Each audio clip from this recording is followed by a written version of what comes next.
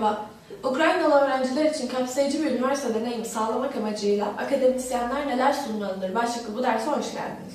Bu derste Ukrastat projesinin iş paketi 2 araştırma sonuçlarına dayanarak çok temel bir soruya yanıt arayacağız.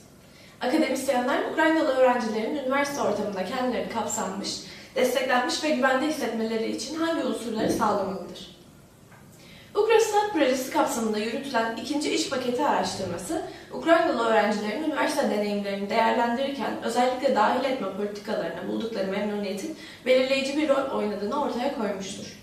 Daha da önemlisi, bu memnuniyetin öğrencilerin psikolojik iyi oluşu ve sosyal iyi oluşu üzerinde güçlü ve tutarlı bir etkisi olduğu görülmüştür. Bu noktada altını çizmemiz gereken önemli bir bulgu şudur. Kapsayıcı üniversite deneyimi yalnızca kurumsal politikalarla değil, akademisyenlerin günlük uygulamaları ve tutumları ile inşa edilmektedir. Peki akademisyenler bu kapsayıcı deneyimi nasıl destekleyebilir? İlk olarak erişilebilirlik ve açıklık kavramı üzerinde durmak gerekir. İkinci iş paketi bulguları, akademik ve idari süreçlerin öğrenciler tarafından anlaşılır olmasının güven duygusunu arttırdığını göstermektedir. Akademisyenlerin ders beklentilerini açıkça ifade etmeleri, değerlendirme ölçütlerini şeffaf biçimde paylaşmaları, akademik süreçlere ilişkin sorulara ulaşılabilir olmaları, Ukraynalı öğrencilerin kendilerini sistemin dışında hissetmemeleri açısından kritik önemlidir. İkinci olarak duyarlılık ve empati kapsayıcı deneyimin temel yapı taşlarıdır. İş paketi 2 araştırması zorunlu göç deneyimi yaşamış öğrencilerin akademik hayatta yalnızca bilişsel değil, aynı zamanda duygusal yüklerle taşıdığını göstermektedir.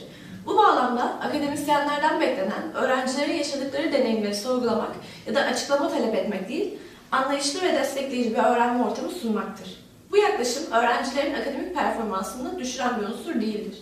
Aksine iş paketi 2 sonuçları öğrencilerin kendilerini dahil edilmiş hissettiklerinde öz yeterliliklerinin ve akademik güvenlerinin arttığını ortaya koymaktadır. Üçüncü önemli unsur yönlendirme ve bilgilendirme rolüdür. Akademisyenler Ukraynalı öğrenciler için üniversite sistemi içinde bir referans noktasıdır. İş paketi 2 verileri, öğrencilerin destek hizmetlerine erişimde çoğu zaman akademisyenlerin yönlendirmelerine güvendiklerini göstermektedir.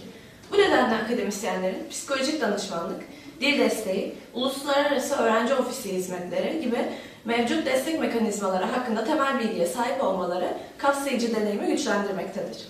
Burada önemli olan akademisyenlerin bu hizmetleri doğrudan sunması değil, doğru zamanda, doğru yerde yönlendirme yapabilmesidir.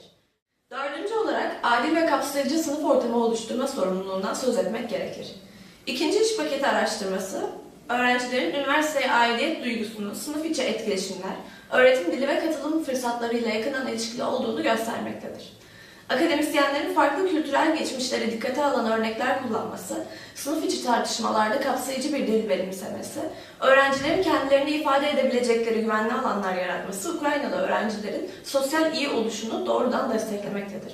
Bu noktada Ukrastat iş paketi 2'den çıkan önemli bir mesajı vurgulamak gerekir. Dahil etme, yalnızca eşit muamele değil, farklı ihtiyaçlara duyarlı bir yaklaşım gerektirir. Son olarak akademisyenlerin kurumsal dahil etme politikalarının görünür aktörleri olduğunu hatırlamak önemlidir. İş paketi 2 bulguları, öğrencilerin üniversitenin kapsayıcı olup olmadığına dair değerlendirmeleri büyük ölçüde akademik personelle yaşadıkları etkileşimler üzerinden yaptıklarını göstermektedir.